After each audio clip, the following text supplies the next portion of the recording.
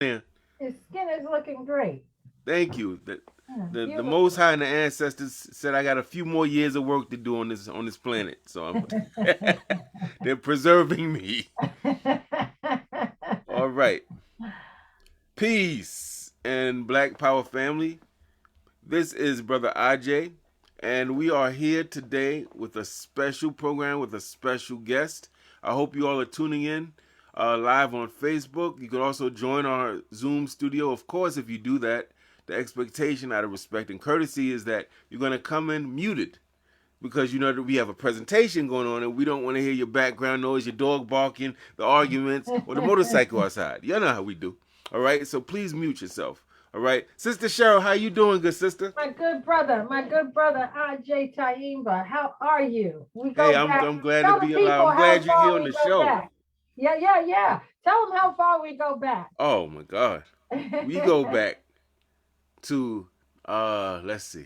Do I need to give a year, my sister? I know the year 1986. That's right. That's right. 86 at Syracuse University. We go far back, and I can tell you, it's good. It's good to have people in your life Yeah, that knew you maybe when you were yeah, a child, maybe yeah, you were adolescent, a young adult, different stages in your life, because in a world where there's so much fakery and stuff going on, Sister yeah, Cheryl, it's nice to yeah. have some receipts and some Yeah, resumes and some I references. like Say, that no, I knew the receipt. sister. I knew the Sister Cheryl. There's no doubt. She was rushing. She was going to New House. There's no doubt about it. I can bear witness to that. She was going to editing that video. I was there with you a few times. So how you edit the Yeah. videos? Okay. Sister was very clear, very purposeful. You know, Uh, she came to some of her SAS stuff, our Black Student Union. oh But yes, Cheryl had no problem saying, I gotta take care of this right now, but I'm gonna yeah, be there as I can. And that's the way yeah. you gotta be. That's right. You're And almost mildly obsessed with what you do. Go yeah, ahead, Sister Cheryl. Let me read your biography, Cheryl. I want to give you yeah. the proper sort of introduction, okay? Okay. Brothers and sisters, please pay attention. We'll have a Q&A session a little later. Sister Cheryl Wills is a veteran anchor for Spectrum News NY1. She joined this cable network during its launch in 1992. She is the primetime anchor for NY1 Live at 10, and she's also the host of the public affairs talk show In Focus with Cheryl Wills. In 2018, Sister Cheryl became the first African American reporter in NY1's history to win an Emmy Award. The award winning journalist is the author of 3 books about her great great great grandfather, Sandy Wills, who fought in the Civil War. Die Free, a heroic family tale. An illustrated children's book, The Emancipation of Grandpa Sandy Wills, and a young adult book, Emancipated, My Family's Fight for Freedom. Sister Cheryl has been invited to do readings of her Emancipation series to tens of thousands of students across the country. She is currently working on a groundbreaking book entitled Isn't Her Grace Amazing? The Women Who Changed Gospel Music, which will be released this May, and I believe it's available for pre-order on Amazon now. Sister Cheryl has interviewed some of the most powerful people in the world, including the first woman president of Africa, Ellen Johnson Sirleaf of Liberia. Cheryl's groundbreaking report earned her a prestigious medal from United Nations Correspondents Association. She also scored an exclusive interview with United Nations Secretary General Ban Ki-moon. Cheryl's personal favorite was going one-on-one with the late great writer and activist Maya Angelou. Cheryl has received awards from the New York Press Club, the Newswomen's Club of New York Front Page Award, and the Associated Press. In 2017, the Association of Social Studies Teachers and the UFT awarded Cheryl Wills the Rosa Parks Award for Social Justice for illuminating the struggle for black equality from the Civil War to the present. In 2017, City and State Magazine honored Cheryl. Hold on one second.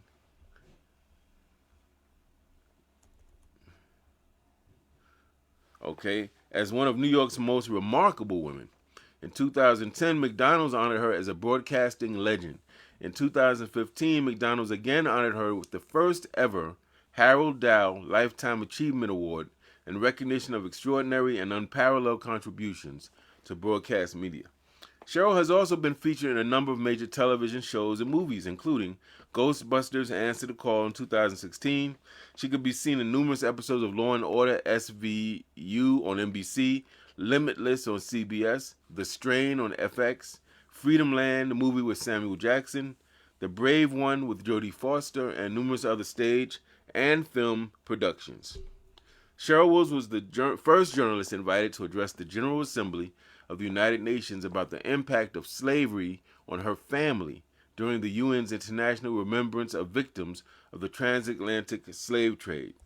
Cheryl takes great pride in being the founder and commander of the New York State chapter of the Sons and Daughters of the United States Colored Troops, a national organization based in Washington, D.C. She enjoys teaching students about the contributions of the 200,000 black soldiers who fought valiantly during the Civil War. She is a graduate of the Newhouse School of Public Communications at Syracuse University with a major in broadcast journalism, and she received an honorary doctorate from New York College of Health Professions in May of 2005. All right, Sister Cheryl. My good brother. Question number 1.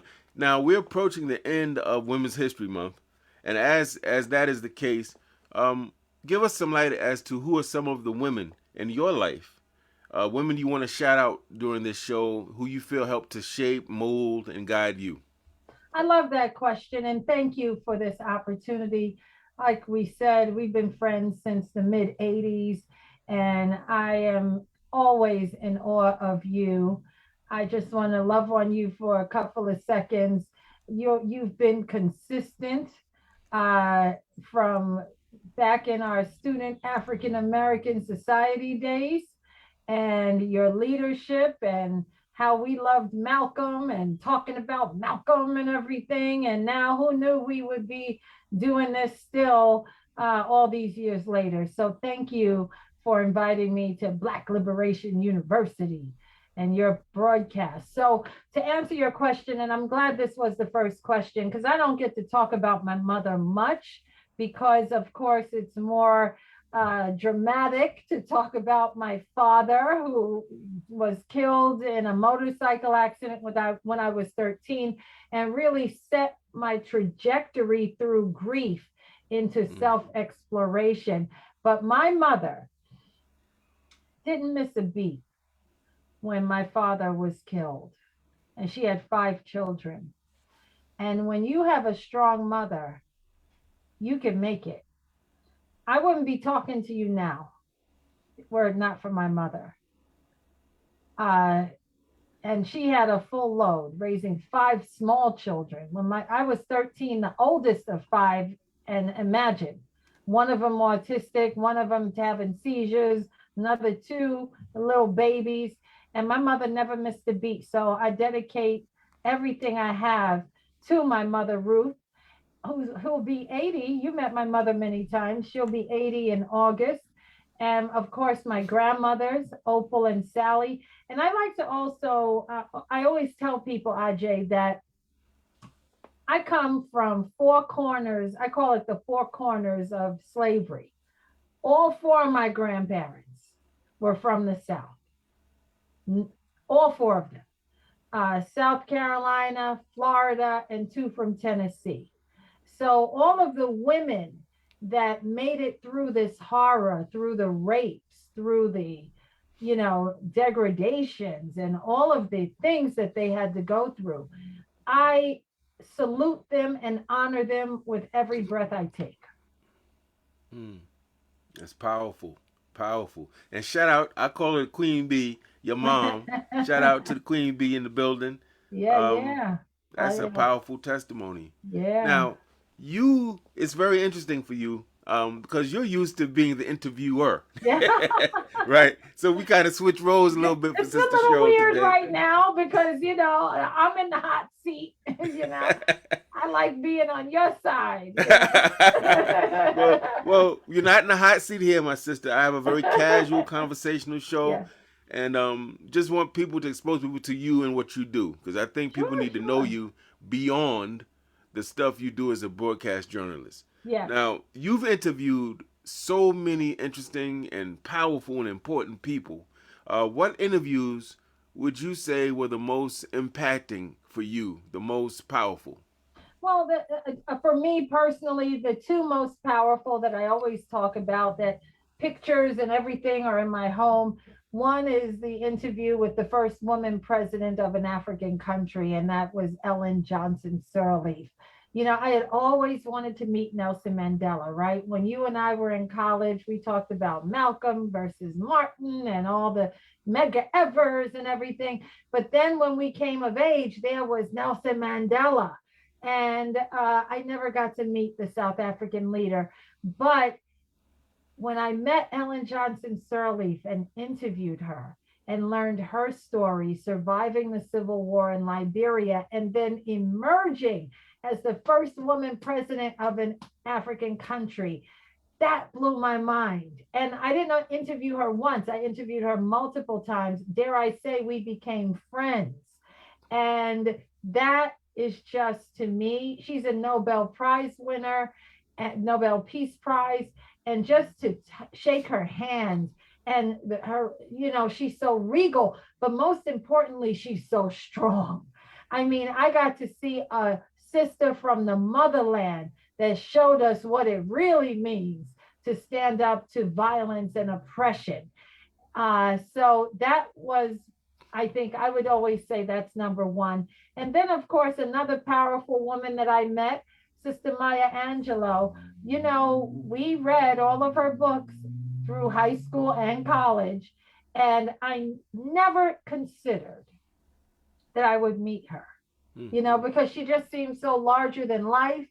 And we all of course, memorized her Phenomenal Woman poem. And then to walk into her brownstone, Ajay, in Harlem, might I add, and to have my dog-eared copy of I Know Why the Caged Birds Sing in my purse, praying that she would take a moment to sign it. Not only, Brother Ajay, did she sign it, but she sent an assistant to go get me a brand new re-release copy, hardcover, because my copy was a little pocket, the Dell books, remember, and it was a reprint from a zillion years ago. And she gave me a brand new hardcover, and she signed that too. So I would say those two powerful women really made a tremendous impact on me, and what an honor to meet them in person. Now, Sister Cheryl, Sister Brenda, my queen, says you forgot a very important interview in your life. She said Yeah. the day at Abner's wedding when you interviewed her to be my queen. Yes, To be yes, my yes. queen. I'll She never put that in the forget chat. that. Yeah, That's that's funny. so funny. You know, and as an aside, you're like my brother. I have two brothers, of course, but you were like my brother in Syracuse University, and I was able to talk to you just like you. We were related. So, when you came up and said, "This is the woman I'm dating her. What do you think?" I looked at her just like a sister would look at, a potential in-law. Mm-hmm. So she passed with flying colors. All She's a right. good woman. All right now, you clearly are a sister, a black woman that youth admire and respect. And you've Yeah. spoken to, as we said in your reading your bio, tens of thousands of students across the country.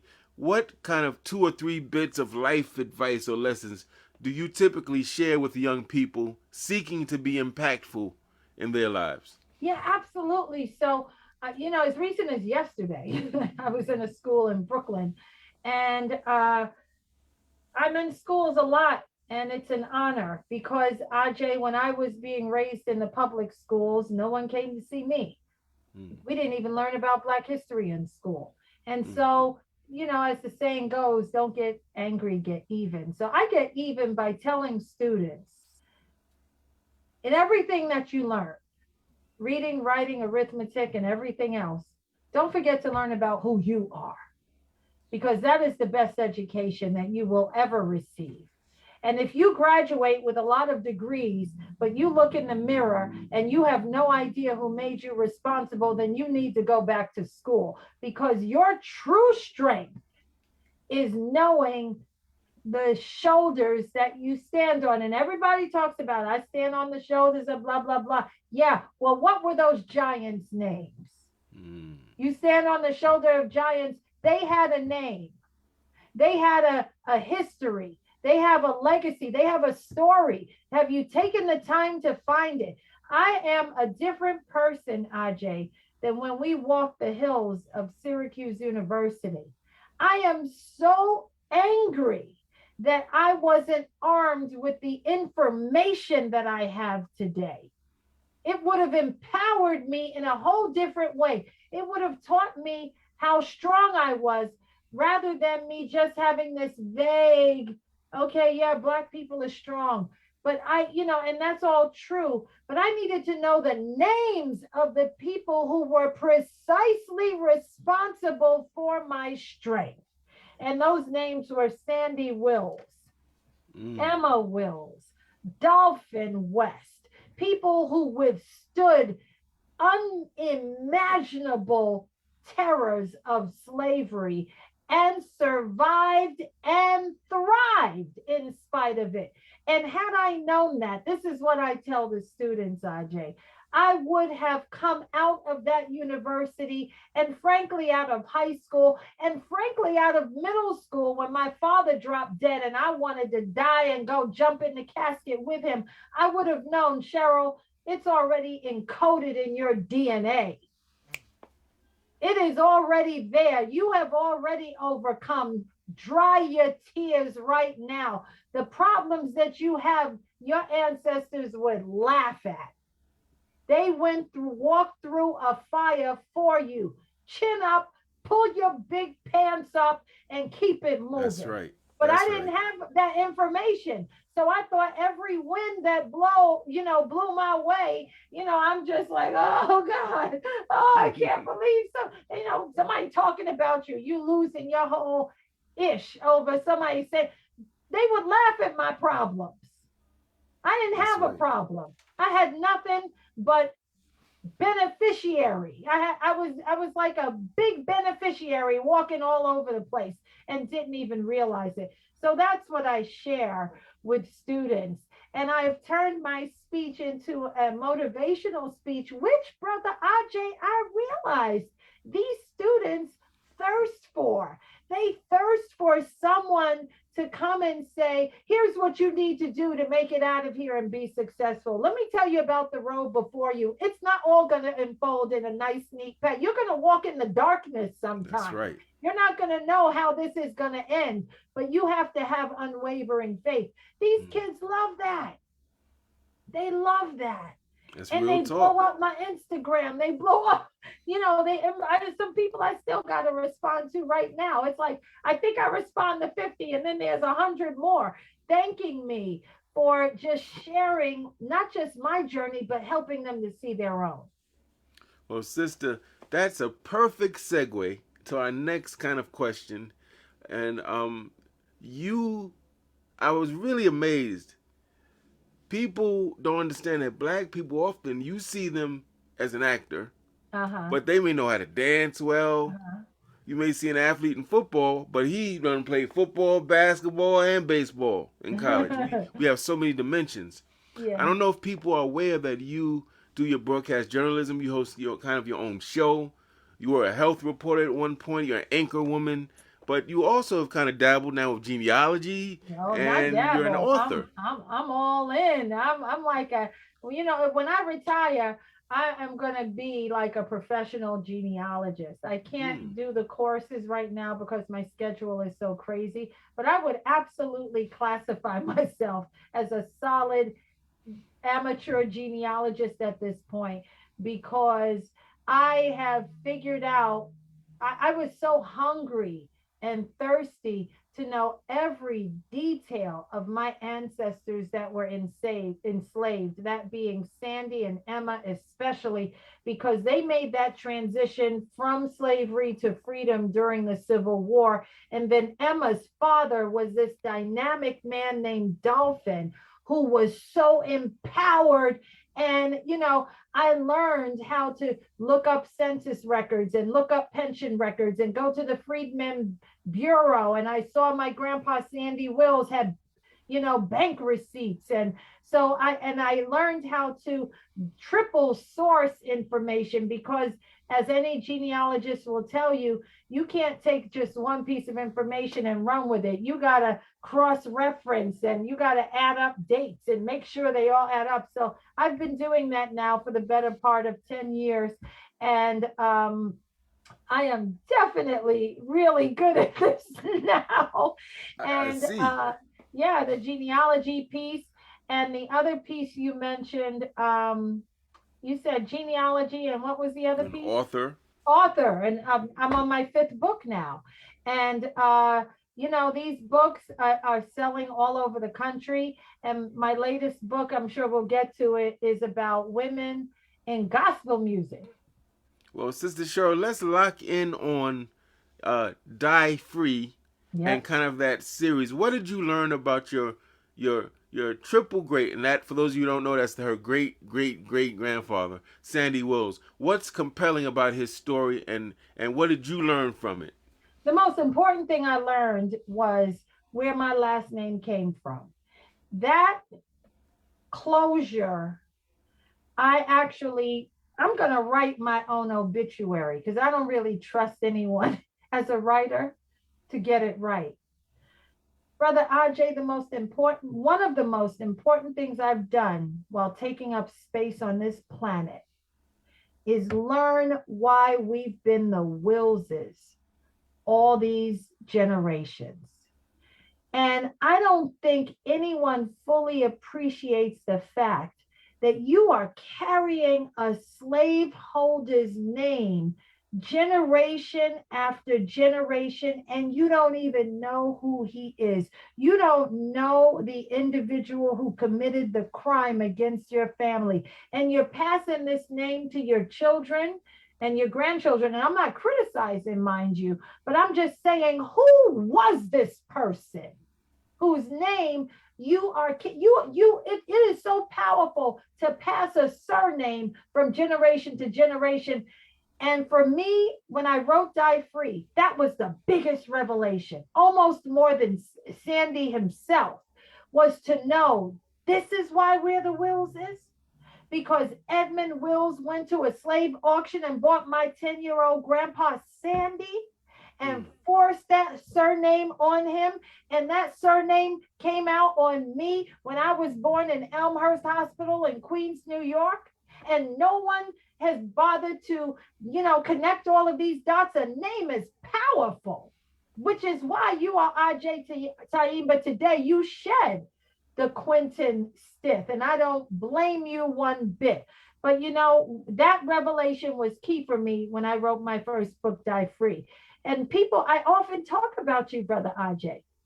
I'll always tell students, I have a friend, his name was Quentin Stiff. He changed his name to Ajay Taimba, and I thought that was a great thing. And they'll inevitably say, well, why, you know that your name's from a slaveholder, why don't you change your name? And I'll say, good question. And let me explain it to you. I'm going to drop the wills once I settle all family business. Mm. I need to fully get the picture of the crimes committed against my family right down to where they're buried. There are too many open-ended issues in my family. I don't know where my Civil War heroic grandfather is buried. I don't know where his wife is buried. That's the journey I'm currently on. Where is Dolphin West, my four-time great-grandfather and Emma's father? I need to settle all family business. And then I'm going back to West Africa, and I'm going to do the work until I find at least one. I'm not going to find them all because there's been so much mixing since my family was brought here generations, centuries ago. But all I need is one village. And then I want the authentic name. DNA is a miracle. You hear what I'm saying? DNA is opening up all kinds of stories that have been hidden for generations. And when I find the actual name of one of my ancestors, then I'm going to drop Wills like a bad habit and take the name back of my family. And that is my absolute word is born, as we used to say growing up in the That's project. right. Word is born. I want the name. I have come to resurrect everything that's been murdered in my family. And one of the biggest homicides has been our name. Give That's me right. back my name. And further, brother Aj, I carry this name, Wills, as evidence that a crime has been committed against my family. Every time you say my name, whether you know it or not, you are acknowledging that someone stole something in my family. Mm. And I'm now holding this name hostage. Now it's my name. And I'm holding it hostage until I get my true name back. This was a crime. And I think we're very casual about it when we use I'm Cheryl Wills. That's an English name. My family's not from England. I'm married to somebody with an Irish name. His family's not from Ireland. I know Black people carrying Jewish names. They're not Jewish. I know people Black folks last name Myers for generations. That's a Jewish name. We got everybody's name except our own. So That's right. that is very important to me to recover everything that's been stolen. That is excellent. And that's a powerful. I'm looking in the chat room. The Queen says powerful, and she's right. That's a powerful testimony. And I'm presuming that your knowledge of this and all the sentiments you just shared pushes you to be excellent at your job, to be excellent to the best of your ability as a mom. It helps you, right? Motivates you, energizes you to get up in the morning and do the things you got to do. So this is not just an abstract, I'm proud of my family. This infuses you with power, correct? This is a lifestyle, okay? You said it exactly right. This is my life mission. This is my complete purpose for living. I am very grateful for the opportunities of being a journalist, but that is my job. This is my life's purpose. Mm-hmm. I didn't, I wasn't born to read somebody a weather forecast. Okay, that's a job.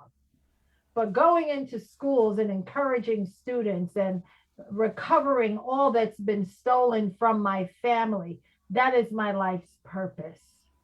And I'm very grateful that I had the courage because I got to tell you, brother, and I know you know this, it actually takes courage to do this. Because when you speak of what I'm saying, some people feel uncomfortable. Some people feel uncomfortable when a woman speaks like this. They think women are supposed to be sitting in the back and be seen and not heard. I have seen in speeches where a man will look at me like, who do you think you are talking like a man? So this still exists. So it takes courage to speak and say exactly what's in your mind and heart. I mean, offense to no one, but my family had a crime committed against them. Mm. And I am here and empowered and determined to right every wrong. And so the current trajectory that I'm on is to find my grandparents' remains on that plantation where they lived. This is a very sensitive issue, and it's something I'm working on right now. And I'm going to come back and tell you what happened. Can't But wait for my, that. yeah, my aim, I think I know exactly where they are. And I have an archaeology team. and we're going to go grave by grave and take DNA until we find Sandy and Emma. And Wow. when we do, they will be exhumed at the behest of the United States military. A Civil War soldier who was not buried properly is still entitled to a military burial even 125 years later.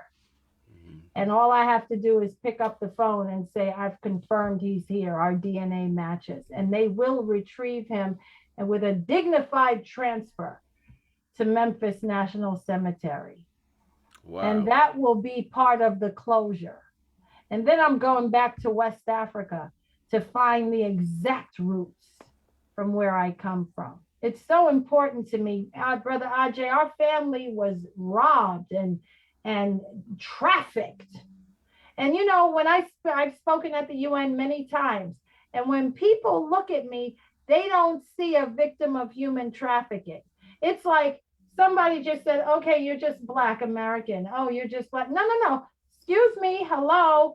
I am a descendant of victims of human trafficking. That's right. Do not forget the crime. See me for what I am. And you should see people go, oh, okay, yeah, I guess you guess? Yes. We didn't take a cruise ship over here. We were forced over here against our will.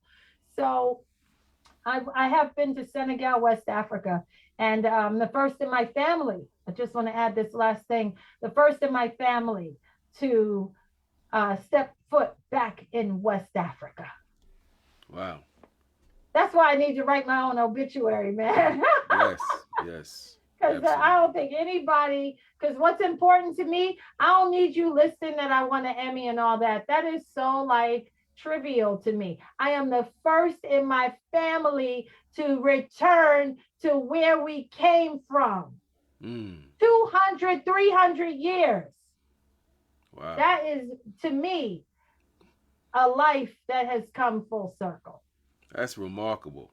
And everyone watching, we don't have a lot of people in the Zoom studio, but those who are watching live on Facebook and who will inevitably watch the later recorded broadcast know that when people have that inner flame, they stand out. You can tell. So Cheryl used to walk that little Kansas Hello walk. Walk that camp. Sister Cheryl was about that business. And just like any other student in college, money could be an issue. Getting our little pizza late night, having our conversations, dating, and all that stuff came up as students. But one thing that I think separated her from a lot of the people who maybe weren't as successful, just in terms of finishing the college experience, was having a burning, almost mildly obsession with what I want to do with my life. And that for the young people watching, that is so important. You cannot be out here like a feather in the wind. You must have something that undergirds you, that makes you wake up. And you think about during the day, and you think about before you lay your head down, and you're grateful for. And anyway, let's pivot very quickly, Sister Cheryl. Now you got a new book coming out, my sister.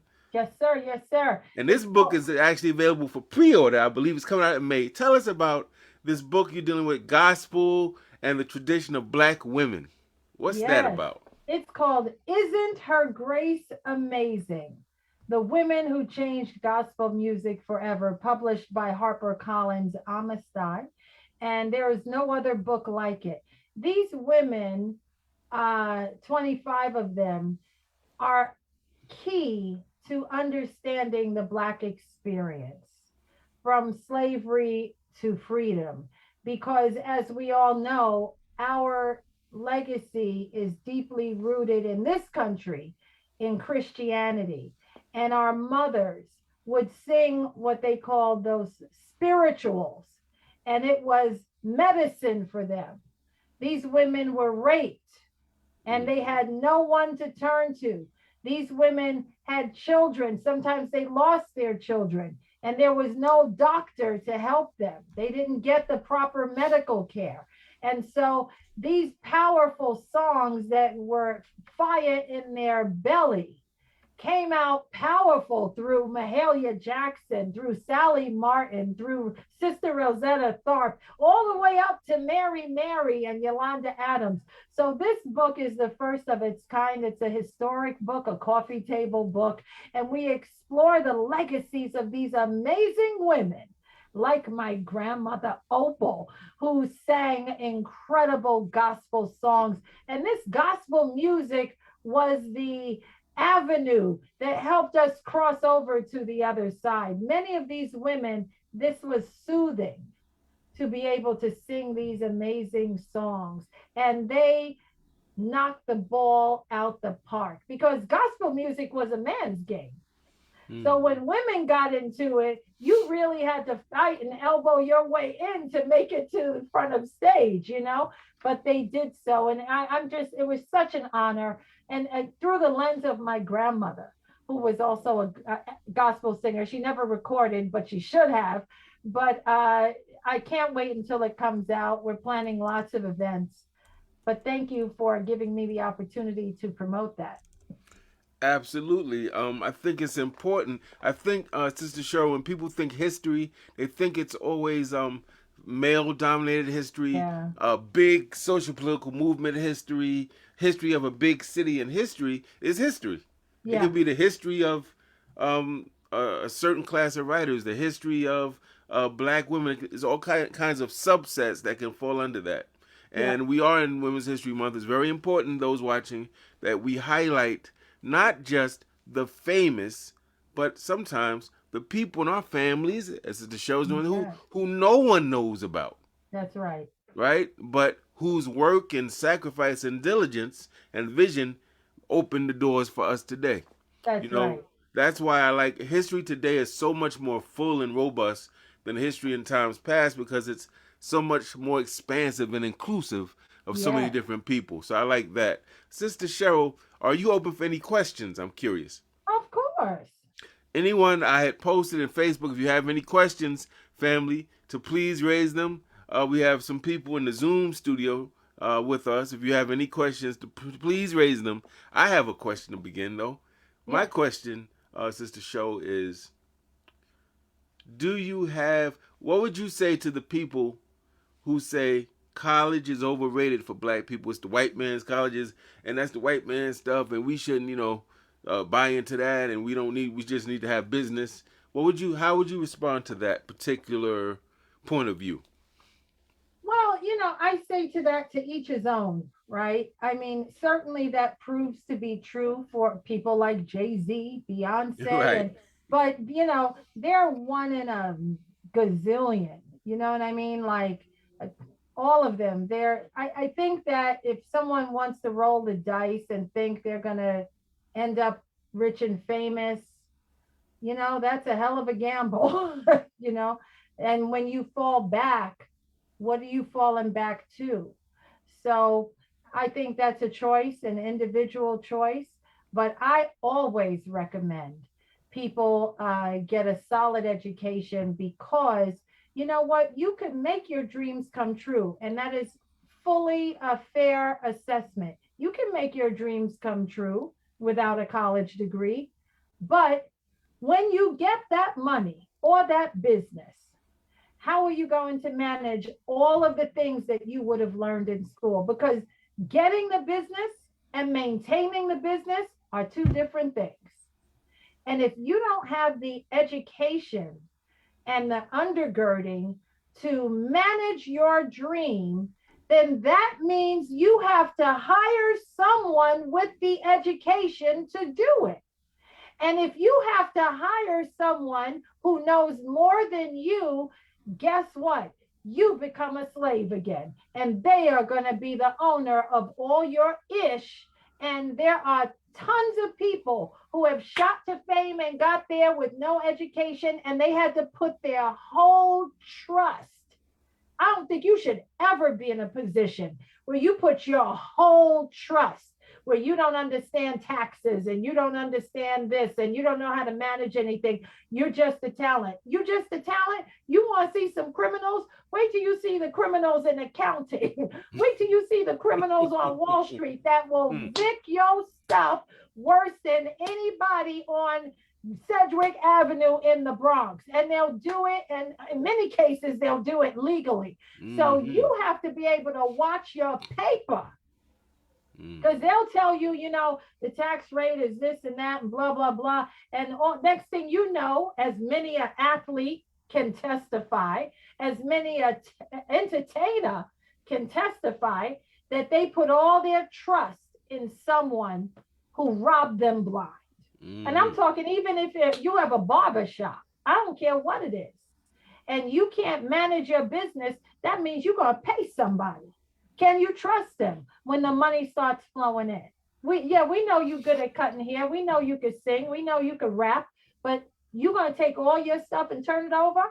So that's my reasoning for making sure you get a good, solid education, because you got to watch the people watching your money.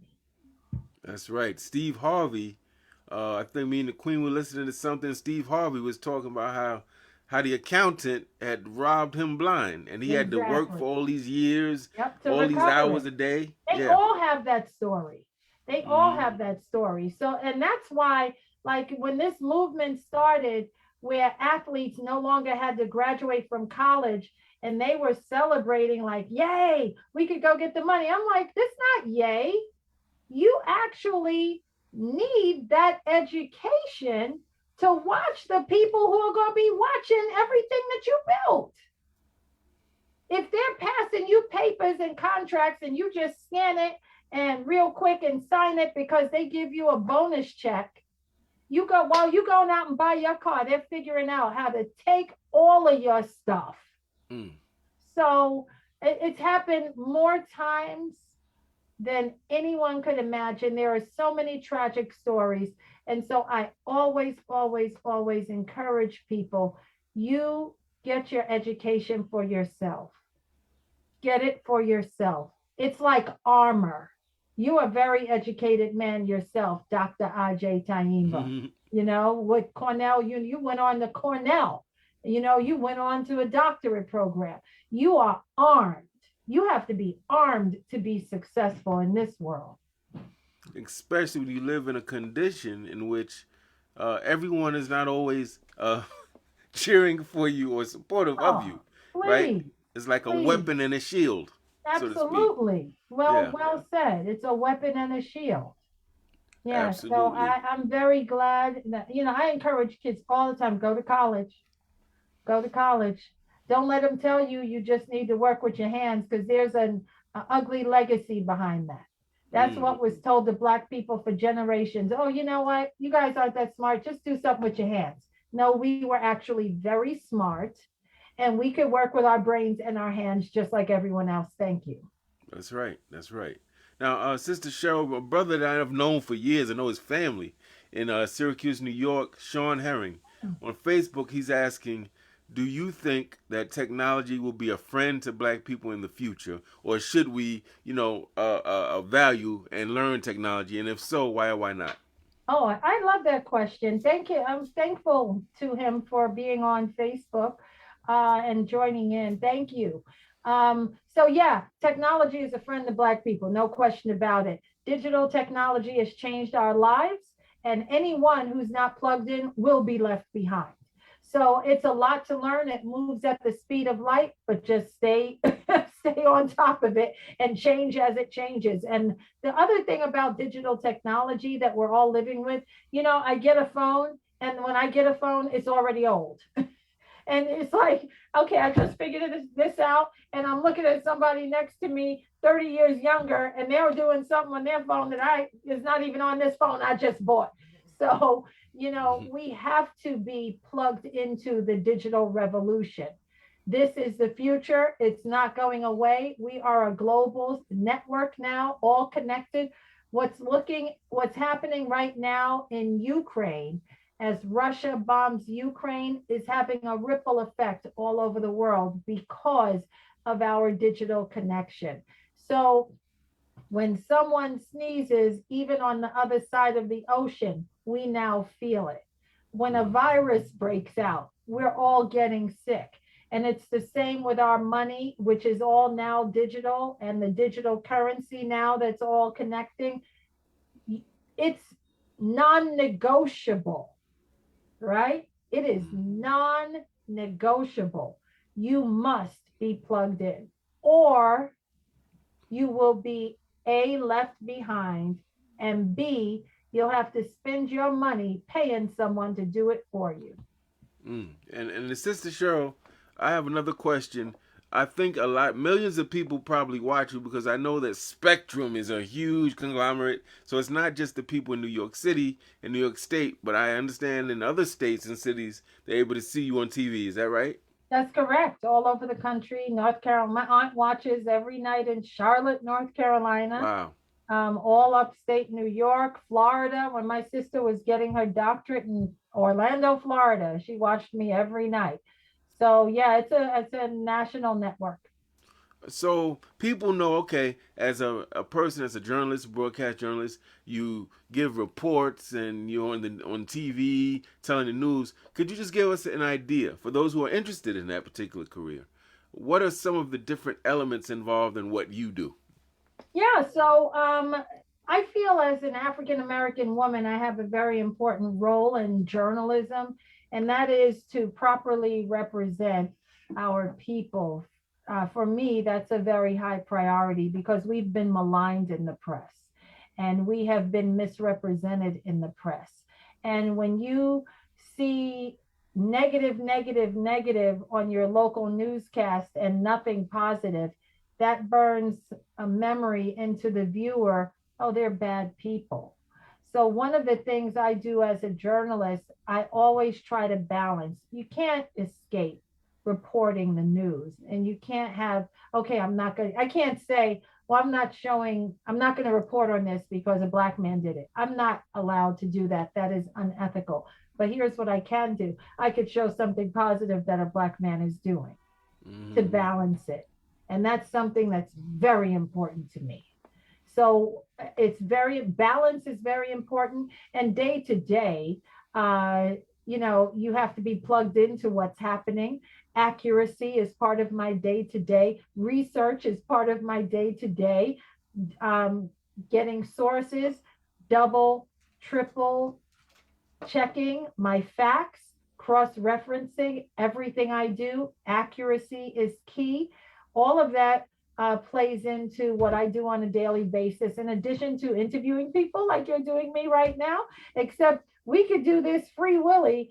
And when Right. I'm interviewing somebody, somebody's in my ear like 2 minutes, and I'll have 10 minutes worth of questions, and I got to figure out on the fly. I got 2 minutes left. What am I not going to ask this person? And what am I going to ask this person? And having a talk show every Sunday morning is really special because I have a talk show called In Focus.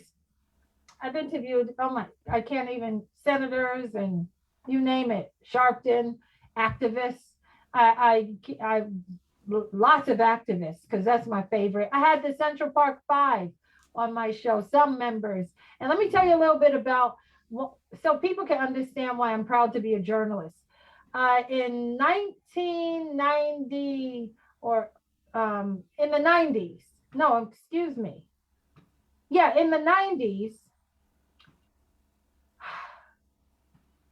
I got an opportunity to interview the Central Park Five after they got out of jail.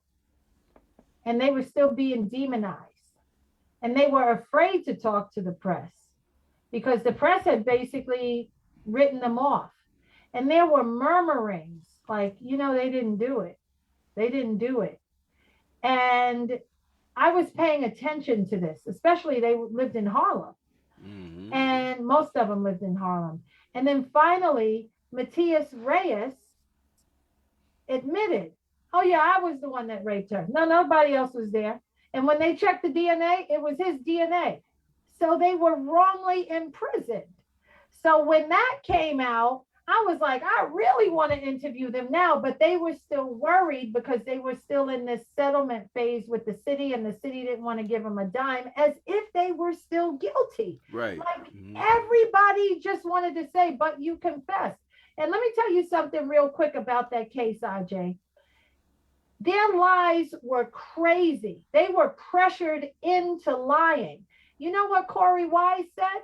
He said, yeah, I saw them stab her. Guess what, RJ? The Central Park jogger wasn't stabbed.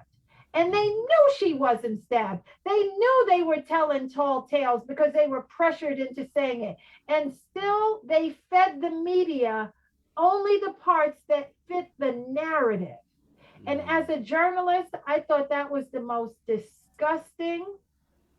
And to think that people were still like, but you admitted it, but you admitted it. So finally, I said, listen, I want to interview you guys. And they were like, well, we can't trust nobody. I said, you could trust me. I know you don't know me from Adam. You see me on TV, you don't know me, but trust me, you could trust me.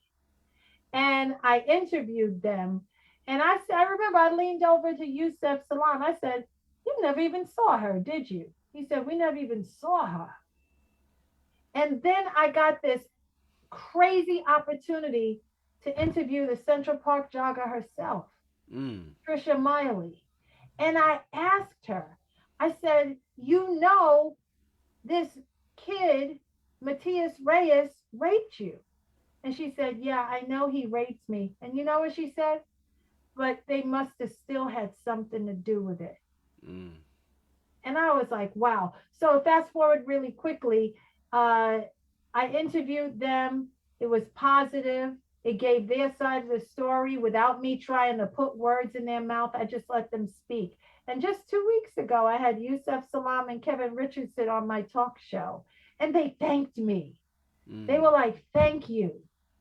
And I was just like, wow. See, when you're on television, it's such a grind that you don't even know that, that you're doing anything. You're just like, this is my job, head down, keep pushing. And the way they looked at me, and Kevin put his hand over his heart. And I was like, wow. I remember that so well. And I showed some clips of it. So as a journalist, you can really change lives. Well, Sister Cheryl, you clearly are changing lives. You have to be making your ancestors, quite literally, very proud, bringing honor to the ancestors and to your living relatives. I know that Queen Bee, your mom, must be very happy and proud, Yeah, right? I'm gonna see her in a little bit. We all live in the same neighborhood, so everyone's like 5 minutes away. And my mother's proud of me, but I'm more proud of her because if she hadn't, you know, stayed strong when her husband died, and she kept the vision for her children. My mother was like, I'm not giving up on my children. So many people were telling my mother, yeah, they got 4 grandparents, divvy them up and just give them and go live your life. I mean, a lot of people told my mother that. And she was like, no, these are my children. So when I think about that, there's just nothing I wouldn't do for my mother. And I'm very proud of her. It's a beautiful story. Brothers and sisters, here at Harlem Liberation School and at Black Liberation University, we try to be timely. We try to start on time and end on time. If there are no more questions, and I see none, then we are going to allow Sister Cheryl Wills to get back to what she's doing. I know she's working on time. On a day like today, do you get to relax, Sister Cheryl? Or are you kind of off, or? I feel like I'm never off. Yeah. You want to know the truth? I'm always just something's always. I'm getting ready to go out to Queens now, and things are always happening. But it's a good thing, you know what I mean? And I'm very grateful for the journey.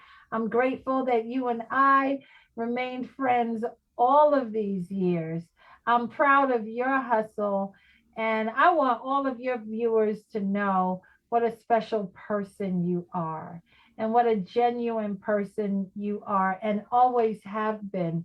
When I first met you in Haven Hall in 1986, I liked you immediately. And I never stopped admiring you. And I knew that you were going to be uh, exactly who you are, independent, fiery, speaking truth to power, never selling out.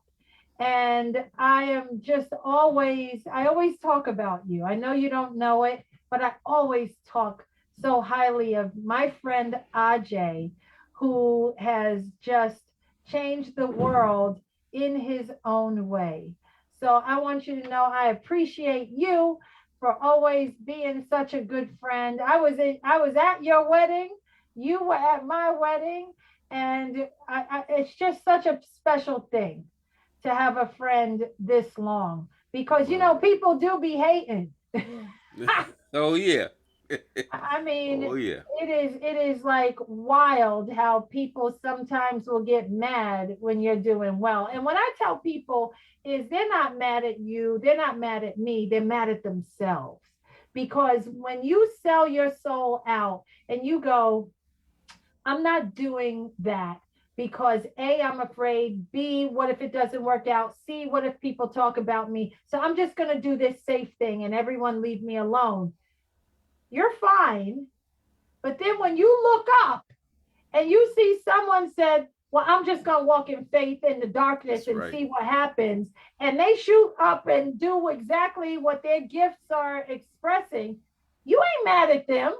You're mad at yourself because you That's got your right. own gifts, you got your own talents, you got everything. All you had to do was have the same faith, and you decided to take a seat in the corner because you nobody held your hand and gave you a blow by blow of what was going to happen over the You're next right. 30, 40 years. That's You know what right. I'm saying? And that's Mm-hmm. not how life works. You have to have faith. And that's why I'm here. And that's the steam engine that keeps me going. I just have blind faith. And lastly, when I go to that cemetery, excuse me, it's not even a cemetery. When I go to that burial ground where I believe my family is, I'm going there in blind faith, Brother AJ. There ain't no markers there. Mm-hmm. All I have is a few bits and pieces of records that point in that direction.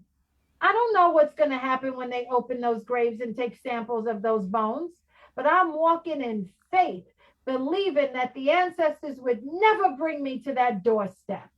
They would never do that. They have never failed me in 55 years, Come and I on. don't believe they will fail me now. When I walk to the precipice of that grave, I believe they'll say, thank you, daughter. Thank you for believing us, even though you can't see us. And I know that they see me, even though I can't see them. And That's they right. have never failed me and will never fail me. So it's been an honor to walk in the darkness as they lead and tell me where to go.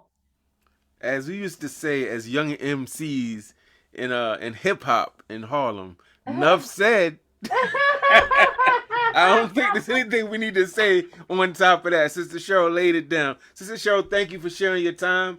I know you're busy. Tell Brother John, the big and the little John, I said peace. Yes, Send love out to Queen Bee, your mom. And thanks again. We got to have you back on, God willing, when you successfully absolutely. do everything that you just talked about. And tell I'll us do a the report, PowerPoint. I'll do a okay? PowerPoint and show everything. Yes, we would love that. Yeah, Thank you yeah, so yeah. much, Sister Cheryl. We got Brother Robert. Some people Hi, came on Brother late. Robert. Sorry that you couldn't see Sister Cheryl a little earlier. We're ending. We got the Queen Bee in the building. Thank you for joining. And all of you on Facebook, thank you so much. Please share and spread the word. All right? Sister Cheryl is much more than just another broadcast journalist, as you have hopefully seen from this particular broadcast. Sister Cheryl, thank you. Peace and God bless you, ancestors. Watch over you with all your future endeavors. Thank you. All right.